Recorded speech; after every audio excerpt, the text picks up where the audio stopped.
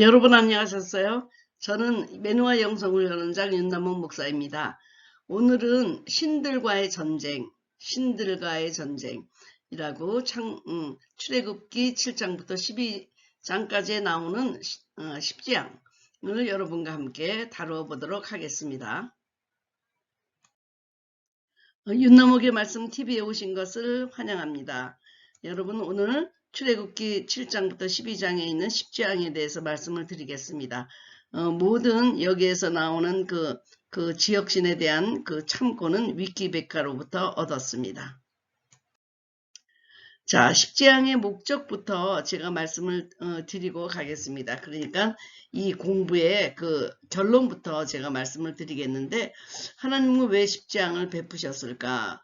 10장을 일으키셨을까? 바로 그 6월절과 출애굽 전에 왜 10장이 꼭 있어야 됐을까? 라는 문제인데요. 거기 출애굽기 7장 3절부터 5절까지 답이 나옵니다. 내가 내 손을 애굽에 펴서 내 손을 애굽에 펴서 이스라엘 자손을 그 땅에서 인도하여 낼 때야 애굽 사람이 나를 여호와인 줄 알리라 하시매. 그러니까 재앙도 내리고 그리고 그 큰 손을 강한 손을 펼쳐서 이스라엘 민족을 구원해낼 때 저분이야말로 정말 하나님 중에 하나님구나 라고 고백하게 하기 위해서라는 것입니다. 그리고 내가 이번에는 모든 재앙을 너와 내 신하와 내 백성에게 내려 온천하에 나와 같은 자가 없음을 내가 알게 하리라. 그러니까 이 재앙의 목적을 한마디로 얘기한다 그러면 내가 하나님이다. 내가 너의 하나님이 되고 싶다. 그리고 내가 너의 하나님이 되는 것을 너의 목전에서 내 큰손, 이 손이라고 하는 것은 능력을 나타내거든요. 내 손으로 너들을 구원하는 것을 보고 애굽도 내가 하나님인 줄 알 거고 그리고 이스라엘도 내가 하나님인 줄 알게 할 것이다 라는 목적으로 10장이 시작이 되었습니다. 이제 제일 먼저 피가 나오는데요. 이제 이 피로 변하는 나일강이 피로 변하는 이 재앙은 여러분 생각해 보세요. 모든 지금 자기네가 먹어야 될 그 물의 근원이 전부 피로 변한다. 그랬을 때 물은 생명을 뜻하지만 피는 흘러나온 피는 이미 죽음을 뜻하기 때문에 이 모든 그 물을 죽음의 물로 만드셨다는 것입니다. 그런데 이 나일강은 그 문화에 꼽히는 장소였잖아요. 나일강을 신같이 섬기고 있는 이 이스라엘 민족에게 제일 먼저 보여주시는 것이 피재앙이었습니다.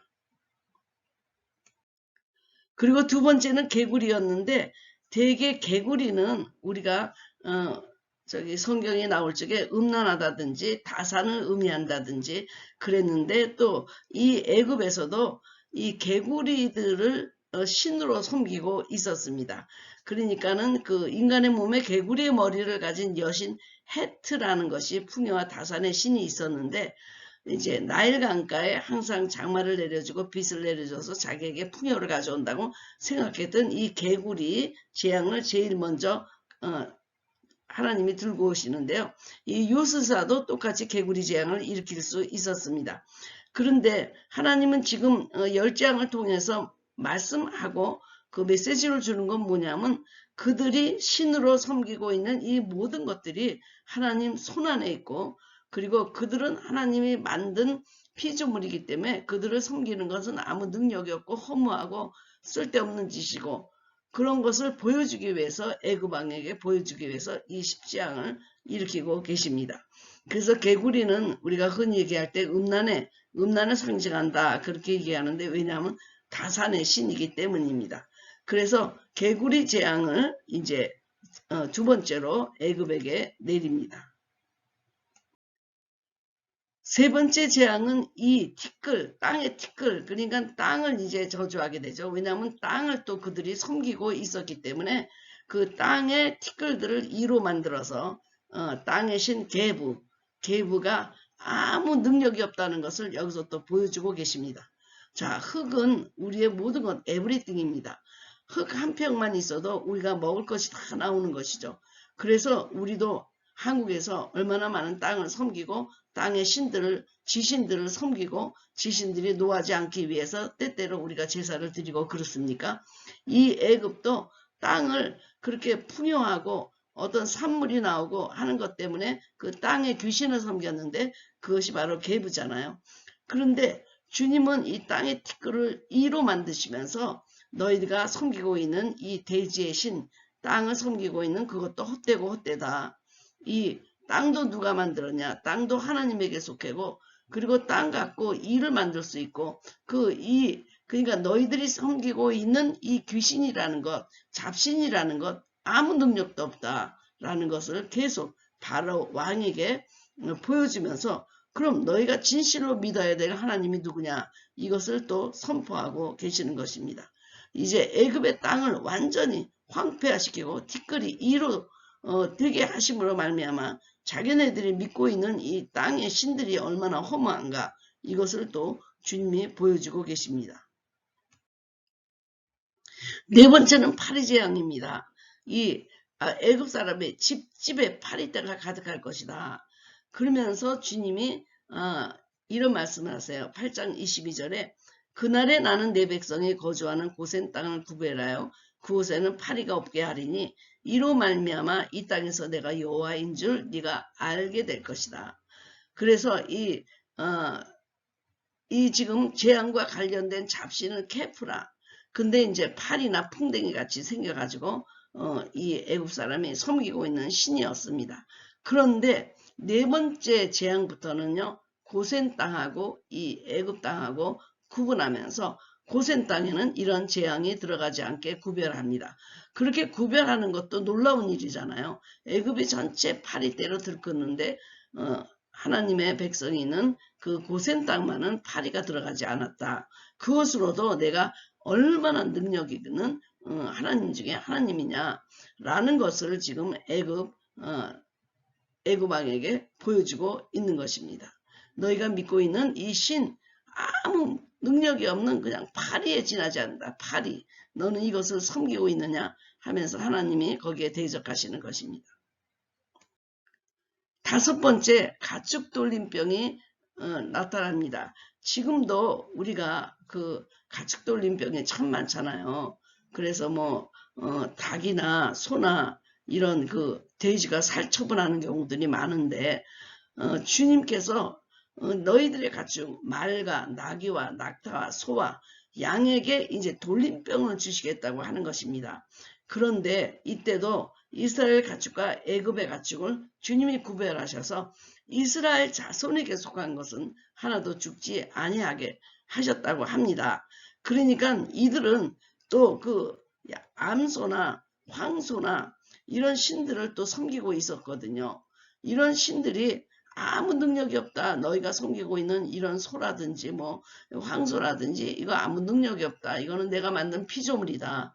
그러면서 그 가축에게 돌림병을 하나님이 주시면서 얼마나 너희들이 섬기고 있는 이 잡신들이 험한 것이냐, 허망한 것이냐, 무능한 것이냐, 너희들은 지금 어떤 하나님을 섬겨야 되는지 알겠느냐 하면서 또 애굽 왕에게 하나님은 가축 돌림병을 주십니다. 그 다음에는 이제 악성 종기를 주는데 지금까지는 어떤 환경에 대해서 주님이 그런 재앙을 내렸다고 한다면 지금은 몸에 직접 이렇게 재앙을 내리십니다. 그래서 이 애굽의 신 자기네들이 섬기는 임호텝이라는 신이 있었는데 자기네가 아프면 그 자기의 병을 고쳐준다라고 믿고 있는 신이었는데 그런 신도 아무 능력이 없고 악성 종기가 났을 때 어떤 그들의 힘도 발휘하지 못하는 건 너희들이 보고 있지 않냐 라는 식으로 주님이 직접 몸에게 악성 종기를 주십니다. 일곱 번째는 우박이라는 그 재앙을 내리는데요. 이 우박이 여러분들이 그냥 우리나라에서는 우박이 툭툭 내리지만은 저는 그 골프공만한 우박을 본 적이 있습니다. 콜로라도에 가서 붕해하러 갔을 때 그렇게 우박이 내리면서 모든 걸 파괴하는 걸 봤거든요. 이 우박도 굉장히 무서운 재앙입니다. 그런데 이 우박, 그러니까 모든 공기에 우박이 내린다든지 천둥이 친다든지 이런 거를 다스리는 신들이 있는데 그 신에 대해서 하나님이 또 거기에 대해서 그거는 아무 능력이 없다. 이 모든 우주의 천기를 다스리는 것도 나다. 우박을 내릴 수도 있고 거둘 수도 있고 그렇게 좋은 날씨를 줄 수도 있고 이거는 내가 하는 일이다. 나는 창조의 하나님이다. 라는 것을 또 한번 그 애굽 왕에게 나타내고 계십니다. 여덟 번째 재앙으로는 메뚜기가 있는데 요사이 메뚜기가 아프리카에서 출몰해가지고 인도를 거쳐 지금 중국으로 오려고 한다고 합니다. 이 메뚜기는 정말 몇천만 명이 먹어야 될 음식을 한꺼번에 다 먹어버리는 아주 농업의 재앙들이죠. 재앙. 이것도 땅의 신 세라지아라고 하는 거기에 대한 영적 전적으로 내려진 재앙입니다. 메뚜기로부터 땅의 소산을 지켜주는 신이 세라지아인데 그것도 무능하다. 이렇게 메뚜기를 내가 재앙을 내리면 그것도 그 신도 너희들이 믿고 그 의존하고 제사를 드리는 그 신도 아무 능력이 없다. 무능하다.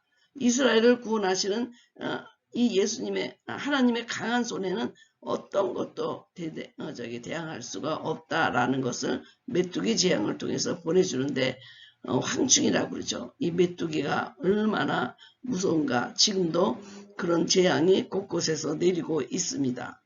그래서 이 메뚜기 재앙을 통해서 이들이 지금 애굽을 지켜주겠다고 하는 이 신들을 자기네가 믿었다는 것이 얼마나 험한 것인가 하고 산산이 부서지게 되는데요. 제가 각가문이라고 하는 운명의 귀신도 있다고 그랬잖아요. 그것도 애굽의 귀신입니다. 애굽은 이렇게 많은 귀신들을 섬기고 있어요. 일본도 장독 귀신, 무슨 귀신이 얼마나 많은 귀신을 섬기는지 모르는데 이름만 붙이면 귀신 아니에요.